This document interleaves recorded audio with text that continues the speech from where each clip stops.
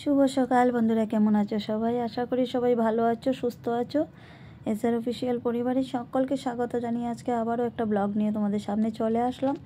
তো বন্ধুরা, ঘুম থেকে উঠেই দেখো চলে এসেছি সোজা রান্নাঘরে। আর আমার দিনের শুরু হয় দেখবে তো রান্নাঘর থেকেই প্রায় দিন। তো এখন ছেলে যাবে স্কুলে, আর এতটা তাড়াহুড়া লেগেছে, কি করব, কি টিফিন বানাবো ভেবে পাচ্ছিলাম না। তারপর ঝটপট করে এসে দেখো একটুখানি ডালি আর খিচুড়ি বানিয়ে নিলাম প্রেশার কুকারে। বানিয়ে একটুখানি সবজিও দিয়েছি, মুগ ডাল দিয়ে বানিয়েছি।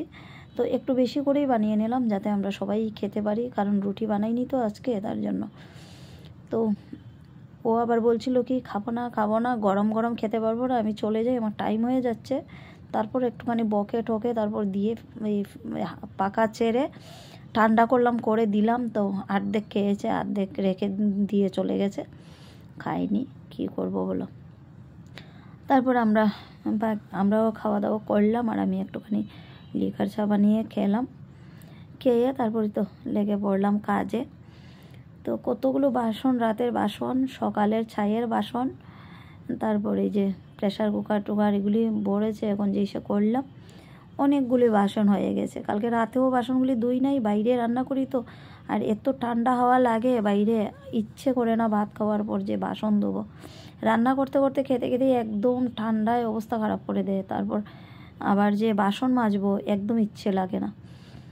তো এই করে করে কতগুলো বাসন হয়ে যায় সকালবেলা উঠে। তো বেসিংটায় তো রাখতে পারি না, বেসিংটা তো ছোটো, আর বেসিংয়ে সব বাসন রেখে রাত্রে বাসন, সকালের বাসন, চায়ের বাসন, সব এঁটো বাসন এক জায়গায় করে রাখলে কেমন একটা লাগে। তার জন্য আর কি নিচে রেখে দিই আমি, মানে সকরা টকরা ছাড়িয়ে তারপর রেখে দিয়েছিলাম। কিন্তু অনেকগুলি বাসন হয়ে গেছে, এখন দেখো একটু একটু করে নিচ্ছি আর ধুচ্ছি বাসনগুলো। তো সব বাসন মাজবো, মেজে তারপরে ওই তো শুরু হলো একটার পর একটা কাজ। দুটো হাত আর একদম বিরাম থাকবে না, রাত একদম 12টা অবধি চলবে। 12টা অবধি মানে চলে কি, মোট কথা তো 11টা পর্যন্ত তো আমার কাজ থাকেই। তারপর তো আরও 1 ঘন্টা আমার নিজের কত কাজ থাকে, ঔষধ টষধ খাওয়া এইসব করে একদম মোট কথা 12টা বাজে। তো আর ঘুমাতে ঘুমাতে 12:30, ওইটাই আর কি জীবন। সকাল থেকে উঠে শুরু হলো আর রাত অবধি, এই হলো সংসার যুদ্ধ যাকে বলে আর কি। তো এই বাসনগুলি দেখো কত বাসন হয়েছে, ধুতেই যাচ্ছি শুধু, আর শেষ আর হচ্ছে না। যত বাসনগুলি মাজছি তত আরও হচ্ছে, মনে হচ্ছে বিরক্তি লেগে গেছে। তো কষ্টটা কার হচ্ছে দেখো, আমার নিজেরই কষ্ট হচ্ছে। তার জন্য এতগুলি বাসন একসাথে করে আমি জমাই না, আর বেশি করে একসাথে দেখো একটু একটু করে ধুয়ে নিলে কিন্তু এতটা গায়ে বাজে না। আর এই যে রাখলাম একসাথে কতগুলি বাসন হয়ে গেছে, এখন নিজেরই কষ্ট হচ্ছে, আর দেখতেও খুব খারাপ লাগে একদম চোখের সামনে। দরজাটা খুলেই তো রান্নাঘরটা সামনে, রান্নাঘর তো নেই সামনে, করিডোরের মধ্যে রান্না করি, আর যেই আসে এসেই একদম চোখের সামনে পড়ে। তার জন্য মানে চেষ্টা করি সবসময় বাসনগুলি ধুয়ে টুয়ে রাখার, আর নোংরাভাবে রাখলে নিজেরই কেমন খারাপ লাগে দেখতে, ওইটাই আর কি। তো কালকে রাতে আর না ধুয়ে রাখায় মানে এতগুলি বাসন হয়ে গেছে সকাল থেকে উঠে। তো অন্যদিন দিশা ধুয়ে নেয়, আজকে আমি বললাম থাক, অনেকগুলি বাসন আমি ধুয়ে নেব, তোর ধুতে লাগবে না, আর তুই বাকি কাজগুলি করে নে। তো তার জন্য মানে ও একটা কি জুড়ে করে একটা স্মাইল দিয়েছে, দেখতে যদি তোমরা ওর মুখটা, যখন আমি বলেছি বাসনগুলি ধুতে লাগবে না, খুব আনন্দ পেয়েছে। যাই হোক, আর আমার তো ওর তো আনন্দ, আমার আনন্দ, আমার কষ্ট হচ্ছে, ও তো খুব মজা পাচ্ছে, বসে বসে দেখছে আমাকে। আচ্ছা যাই হোক, দেখো তো বাসন মাজা হয়ে গেল, এক গাদা বাসন মাজলাম, মেজে দেখো এইদিকে চলে আসলাম। গ্যাস ওভেনটা একসাথে পরিষ্কার করে নিচ্ছি। সকালে তো একবার ঘুম থেকে উঠেই পরিষ্কার করেছি, করে তো সকালে আবার এসে করলাম। আর দুধ গরম করেছিলাম দেখো চা খাবো বলে, আর দুধ পড়ে গেছে, তো ভাবলাম একটুখানি মুছে পরিষ্কার করে নিই, আবার দুপুরে রান্না করব, আবার মুছতে হবে রান্নার পর। তো তোমরা বলতে পারো যে একসাথে রান্না করে পরিষ্কার করলেই তো পারতে, সকালে যে অনেকবার পরিষ্কার করেছো, কিন্তু এখন কেন পরিষ্কার করছি বলবো তোমাদেরকে একটু পরে। তারপরে আমি দেখো এদিকে চলে আসলাম, এই জায়গাটা দেখেছো কী অবস্থা হয়ে আছে, একদম এলোমেলো হয়ে গেছে। আর ব্যাগের মধ্যে কতগুলি সবজির আঁশগুলি রেখেছি, সবজির খোসাগুলি নিয়ে দেবো এসে গরুকে, তার জন্য ফেলতে খুবই মায়া লাগে জানো। একটা গরুকে দিলে একটা গরুর মোট কথা পেট ভরেই যাবে, অনেকগুলি হয়ে যায়। তো তার জন্য আর এসে করি না, ফেলি না, রেখে দিই। আর এই জায়গাটা দেখো, আর উপরে চড়ুই পাখি করেছে বাসা, আর এত নোংরা করে, বাপরে বাপ, এদের বাসা বানানো আর শেষ হচ্ছে না। কোথায় কোথার থেকে গিয়ে জাবড়া, ঘাস, জঙ্গল এগুলি নিয়ে আসে, এনে এনে তারপর এখানে বাসা বাঁধে, আর নিচে একদম ফেলতেই থাকে নোংরাগুলি। আর ফুল গাছের পাতাগুলি দেখো একদম মরে গেছে, একদম কেমন হয়ে আছে, মনে হচ্ছে একদম জঙ্গল লেগে গেছে এই জায়গাটা। তো পাতাগুলি, যে মরা পাতাগুলি, এগুলি সব ফেলে দিচ্ছি, পরিষ্কার করে নিচ্ছি। ওই তো এখন পরিষ্কার করবো, বিকেল হতে হতে আবার চড়ুই পাখি এই জায়গাটাকে নোংরা করে দেবে। আর পটিও করে, অনেক পটি করে, একদম কি যে বলি। এতদিন তো আমার খরগোশ দুটো আমাকে অনেক জ্বালিয়ে খেয়েছে, অনেক নোংরা করতো। এখন তো ওরা নেই, কিন্তু ওদের কথা মনে পড়লে না আমার ভীষণ কষ্ট হয় জানো। খুব কষ্ট লাগে যখনই আমার মনে হয় এদের কথা। কিন্তু নিয়ে আসছি না, কারণ আমার অসুবিধে হবে। এখন নিয়ে আসলে আর সময় নেই, ওদেরকে ঘাস কেটে কেটে এনে দেওয়া একদমই সময় নেই। আর আমার এখন এদেরকে রাখলে আমার নিজের অসুবিধে হবে, তার জন্য নিয়ে আসছি না। কারণ অ্যালার্জি প্রবলেম আছে, তো চট করে এদেরকে কুলে টুলে নিলে কাশি উঠে যায়, আমার সর্দি হয়ে যায়, তার জন্য আর নিয়ে আসছি না। কিন্তু মনে যখন পড়ে না, মনে হয় এক্ষুনি গিয়ে নিয়ে আসি, ওই আর কি। তো আমি এদিকে দেখো, এই সেটা বাইন্দাটা পরিষ্কার করলাম, করে চলে এসেছি। এই যে টুলটা করলাম, পরিষ্কার করে নিচ্ছি। আর এটার মধ্যে জল ডালবো, তার জন্য এটাও একটু পরিষ্কার করে নিলাম। আর জল কিনে কিনে খেয়ে খেয়ে জানো একদম কত টাকা যে নষ্ট হচ্ছে। এমন একটা অভ্যেস হয়ে গেছে বিসলারি খেয়ে খেয়ে। আর ওই যে ফিল্টার নষ্ট হয়ে গেছে ফ্লাডের সময়, আর ফিল্টার কিনা হয়নি। আর তারপর থেকে বন্যা যখন জল নষ্ট হয়েছিল, সাপ্লাইয়ের জলগুলি একদমই খাওয়া যেত না, কি বাজে গন্ধ করতো জলের মধ্যে, অনেক খারাপ হয়ে গেছিলো।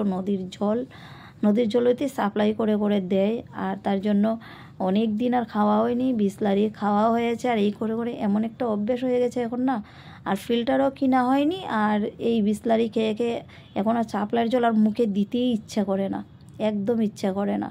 আর এত টাকার জল কিনে কিনে খেতে হয়। মানে লোকে বলে না, অভ্যাসের দাস, তুমি যেটা অভ্যাস করবে সেটাই দেখবে তো এসে হয়ে যায়। তো যাই হোক দেখো, তার জন্য এখন জলটা ডালবো এটার মধ্যে। যার থেকে জল ঢেলে ঢেলে করতে অনেক অসুবিধা হয়, তো এটার মধ্যে রাখলে খুবই সুবিধে হয় জল ঢালতে। তার জন্য একটু মেজে পরিষ্কার করে নিলাম, নিয়ে দেখো ঘর মুছতে লেগে পড়েছি। ঘরটা মুছবো, মুছে আর এদিকে আমি ডাল বসিয়ে দিয়েছি, ডাল সেদ্ধ হচ্ছে। আর এদিকে আমি দেখো লেগে পড়লাম ঘর মুছতে। তারপর আরও টুকিটাকি অনেকগুলি কাজ করেছি। কাজের তো শেষ নেই, সংসারে অনেক কাজ থাকে।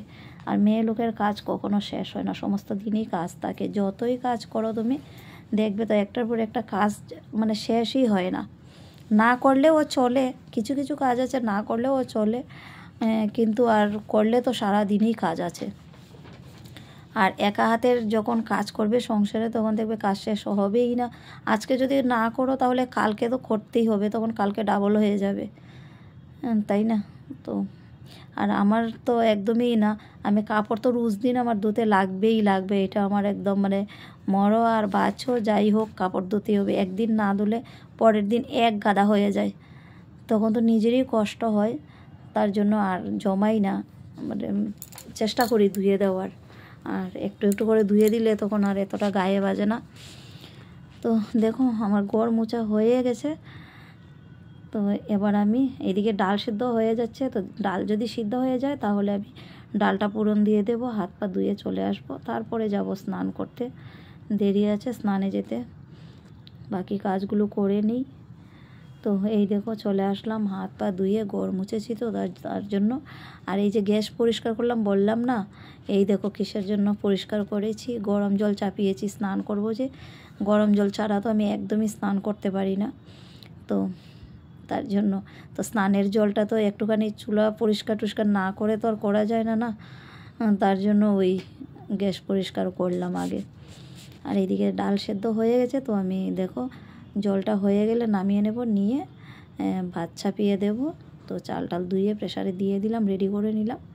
জলটা এখনও গরম হয়নি, গরম হলে তারপর গ্যাসের প্রেশার কুকারটা গ্যাসে চাপিয়ে দেব। আর এইদিকে দেখো চলে এসেছি জল ডালার জন্য, খাওয়ার জলটা। এই বিসলারিতে বেশি জল নেই, অল্প একটুখানি ছিল, তো ঢেলে নিলাম। এবার এই জারটাও খুলবো। এই হলো কাজ সংসারের, টুকিটাকি কত কাজ থাকে। শুধু রান্নার, খাওয়া, কাপড় ধোয়া সেগুলো তো আর নয়, অনেক কাজ থাকে। এবার জলটা ডালবো, ঢেলে তারপর জলের বোতলগুলিও সবগুলি ব্রাশ করে ধুয়ে নিলাম। নিয়ে এখন দেখো জল ভরে নিচ্ছি বোতলে, সবগুলি বোতলে জল ভরে নেব, নিয়ে ডাইনিং টেবিলের উপরে রেখে দেবো। তাহলে মানে বারবার জল নিতে হয় না, অনেকটা সুবিধা হয় বোতলগুলি ভরে রাখলে। তো এবার জারটা এটার উপরে ঢেলে দেব। কিন্তু ভাবছিলাম অর্ধেক করে করে ডালবো, কিন্তু পারছিলাম না। আর সত্যি জারটা তুলা দিয়েছি না উপর করে, অনেকটাই জল ছিল, আর আমার কি বুক ব্যথা শুরু হয়ে গেছিলো। তো চলে আসলাম এদিকে, এসে দেখো প্রেশার কুকারটা চাপিয়ে দিলাম, গরম জল হয়ে গেছে, নামিয়ে নিয়েছি। আর ডাল সেদ্ধ হয়ে গেছে, শুকনো লঙ্কা আর পাঁচফোড়ন দিয়ে ডালটা সম্বাস দিয়ে দিলাম। আর ডালে দিয়ে দিয়েছি টমেটো। আমার না শীতকালে এইভাবে ডাল খেতে খুব ভালো লাগে, ঘন ঘন করে। আর একটুখানি টমেটো, ধনেপাতা কুচি দিয়ে দেখো ডালটা হয়ে গেছে। এবার আমি চলে যাব স্নান করতে, অনেকটা লেট হয়ে যাচ্ছে। তো চলে যাচ্ছি স্নান করতে। দেখো চলো আমি স্নান করে আসি। তো বন্ধুরা চলে আসলাম স্নান টান করে। দেখো এসে এই যে ঠাকুরের কাপড়গুলি নিয়ে চলে এসেছি ছাদে। কালকে তো বৃহস্পতিবার, ঠাকুর দিতে হবে, তো এক্সট্রা যে ড্রেসগুলি চেঞ্জ করে রেখেছিলাম ঠাকুরের, ওগুলি ধুয়ে দিচ্ছি। আর দিয়ে তারপর ঠাকুর পুজোটা দেব, দিয়ে তুলসী তলায় জল দেব। ফুল গাছগুলিতেও আজকে জল দেওয়া হয়নি, সকালে একবারেই আমি আজকে ছাদে উঠেছিলাম, কিন্তু ফুল গাছে আর জল দেওয়া হয়নি। তো এবার একসাথে দিয়ে দেব জল। আর কিছু কাপড় আছে কালকে দিয়ে গেছিলাম, ওইগুলি শুকিয়ে গেছে, ওগুলি নিয়ে যাব ঘরে, নিয়ে ভাঁজ করে রাখবো। এখন সময় যদি পাই তাহলে ভাঁজ করবো, নয়তো এখন আর করব না, কারণ আমি আবার যাব স্কুলে দীপকে আনতে। তো লেট হয়ে যাচ্ছে, তার জন্য তাড়াহুড়া করে কাজ করছি। মানে 5 মিনিট যদি মনে করি যে 5 মিনিট বসবো, তো তাহলে তো 5 মিনিটই লেট, এদিকে কাজের লেট হয়ে যায়। দৌড়তে দৌড়তে সারা দিন মানে শ্বাস ফেলার একদম মানে সময় নেই। সত্যি কি একটা অবস্থা, সারাটা দিন একদম মানে দুটো হাত আর দুটো পা, শান্তি নেই।